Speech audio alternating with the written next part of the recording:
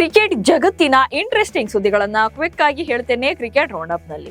ನಾನು ಶಾಂತ. ನೀವು ಸುದ್ದಿಯಾನದ ಸಬ್ಸ್ಕ್ರೈಬರ್ ಆಗೋದಿಕ್ಕೆ ಮರಿಬೇಡಿ. ಪಥುಮ್ ನಿಸಾಂಕ ಅವರ ಚೊಚ್ಚಲ ಶತಕ ಹಾಗೆ ಕುಸಾಲ್ ಮೆಂಡಿಸ್ ಅವರ ಅರ್ಧ ಶತಕದ ಬಲದಿಂದ ಶ್ರೀಲಂಕಾ ತಂಡ ಬಲಿಷ್ಠ ಆಸ್ಟ್ರೇಲಿಯಾ ತಂಡವನ್ನ 8 ವಿಕೆಟ್ಗಳಿಂದ ಸೋಲಿಸಿದೆ. ಈ ಗೆಲುವಿನ ಮೂಲಕ ದಸುನ್ ಶನಕ ಅವರ ನಾಯಕತ್ವದ ಶ್ರೀಲಂಕಾ ತಂಡ 2026ರ ಐಸಿಸಿ ಟಿ20 ವಿಶ್ವಕಪ್ ಟೂರ್ನಿಯ ಸೂಪರ್ 8 ಹಂತಕ್ಕೆ ಪ್ರವೇಶ ಪಡೆದಿದೆ.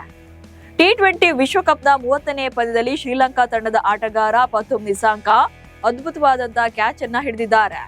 ಪಂದ್ಯದ 17ನೇ ಓವರ್ನ ಮೊದಲ ಎಸೆತದಲ್ಲಿ ಆಸ್ಟ್ರೇಲಿಯಾ ದಾಂಡಿಗ ಗ್ಲೆನ್ ಮ್ಯಾಕ್ಸ್ವೆಲ್ ಚೆಂಡನ್ನ ಬಾರಿಸಿದ್ರು. ಈ ವೇಳೆ ಬ್ಯಾಕ್ವರ್ಡ್ ಪಾಯಿಂಟ್ ನಲ್ಲಿದ್ದಂತ ಫೀಲ್ಡಿಂಗ್ ಮಾಡ್ತಾ ಇದ್ದ ಪಥುಮ್ ನಿಸಾಂಕ ಗಾಳಿಯಲ್ಲಿ ಹಿಂಬದಿಯಾಗಿ ಜಿಗಿದು ಅದ್ಭುತವಾದಂತಹ ಕ್ಯಾಚ್ ಅನ್ನ ಹಿಡಿದಿದ್ದಾರೆ. ಶ್ರೀಲಂಕಾ ವಿರುದ್ಧದ ಸೋಲಿನ ಬಳಿಕ ನಾಯಕ ಮಿಚೆಲ್ ಮಾರ್ಷ್ ಆಡಿದ ಭಾವುಕ ಮಾತು ಈಗ ಭಾರಿ ವೈರಲ್ ಆಗಿದೆ. ನಮ್ಮ ತಂಡದ ಮುಂದಿನ ಹಾದಿ ಬಹುತೇಕ ಕೊನೆಗೊಂಡಿದೆ. ನಾವು ಈಗ ದೇವರ ಮಡಿಲಲ್ಲಿದ್ದೇವೆ. ಡ್ರೆಸ್ಸಿಂಗ್ ರೂಮ್ಗಳಲ್ಲಿ ಈಗ ಬಹಳಷ್ಟು ಭಾವನೆಗಳಿದ್ದು ನಾವು ನಮ್ಮ ಅತ್ಯುತ್ತಮ ಸ್ಥಿತಿಯಲ್ಲಿಲ್ಲ. ಜಿಂಬಾಬ್ವೆ ವರ್ಸಸ್ ಐರ್ಲೆಂಡ್ ಪಂದ್ಯದ ಫಲಿತಾಂಶದ ಮೇಲೆ ನಮ್ಮ ಭವಿಷ್ಯ ನಿಂತಿದೆ ಎಂದಿದ್ದಾರೆ.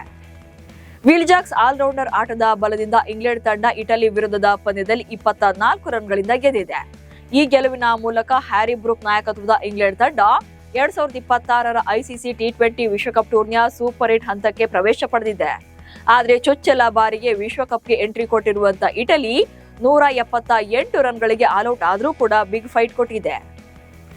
2026ರ ಟಿ20 ವಿಶ್ವಕಪ್ನಲ್ಲಿ ನಮೀಬಿಯಾ ವಿರುದ್ಧ ನಾಳೆ ನಡೆಯಲಿರುವಂತಹ ಪಂದ್ಯಕ್ಕೆ ಪಾಕಿಸ್ತಾನ ಕ್ರಿಕೆಟ್ ತಂಡ ಮಾಜಿ ನಾಯಕರಾದ ಬಾಬರ್ ಅಜಮ್ ಮತ್ತು ಶಾಹೀನ್ ಅಫ್ರಿದಿ ಅವರನ್ನ ಕೈ ಬಿಡಲಿದೆ ಎನ್ನಲಾಗ್ತಿದೆ.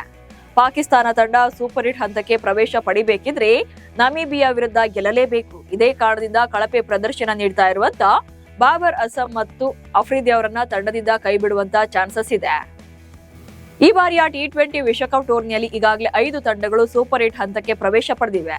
South Africa, West Indies, England, Sri Lanka, Bharat super 8ಗೆ ಎಂಟ್ರಿ ಕೊಟ್ಟಿವೆ. ಆದ್ರೆ ನಾಳೆ ನೇಪಾಳ ಮತ್ತು ಸ್ಕಾಟ್ಲೆಂಡ್ ಜೊತೆ ಇಟಲಿ ಕೂಡ ಈ ಟೂರ್ನಿಯಿಂದ ಹೊರಬಿದ್ದಿವೆ. ಇನ್ನು 3 ಸ್ಥಾನಕ್ಕೆ ಉಳಿದ ತಂಡಗಳು ಹೋರಾಟ ನಡೆಸುತ್ತಿವೆ. ಸ್ಮೃತಿ ಮಂದಾನ ಮತ್ತೊಂದು ಪ್ರಮುಖ ಗೌರವಕ್ಕೆ ಪಾತ್ರರಾಗಿದ್ದಾರೆ.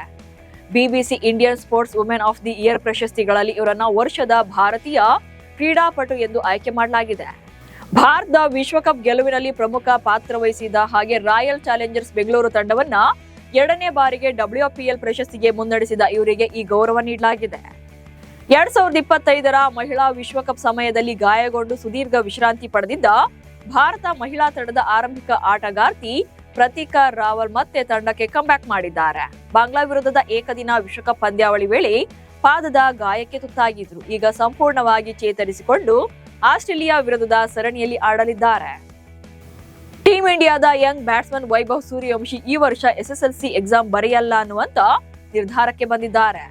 ಇಂದಿನಿಂದ ಮಾರ್ಚ್ 11ರವರೆಗೆ ಬಿಹಾರ ಬೋರ್ಡ್ ಪರೀಕ್ಷೆಗಳಿಗೆ ಹಾಜರಾಗಬೇಕಿತ್ತು. ಆದ್ರೆ ಅಂತಾರಾಷ್ಟ್ರೀಯ ಪ್ರವಾಸಗಳು ಮತ್ತು IPLಗಾಗಿ ಪ್ರಾಕ್ಟೀಸ್ ನಡೆಸಬೇಕಾಗಿರೋದ್ರಿಂದ ವೈಭವ್ ಸೂರ್ಯವಂಶಿ SSLC ಎಕ್ಸಾಮ್ ಬರೆಯಲ್ಲ ಅಂತ ಅವರ ಕೋಚ್ ಆಗಿರುವಂತ ಮನೀಶ್ ಓಜಾ ಹೇಳಿದ್ದಾರೆ.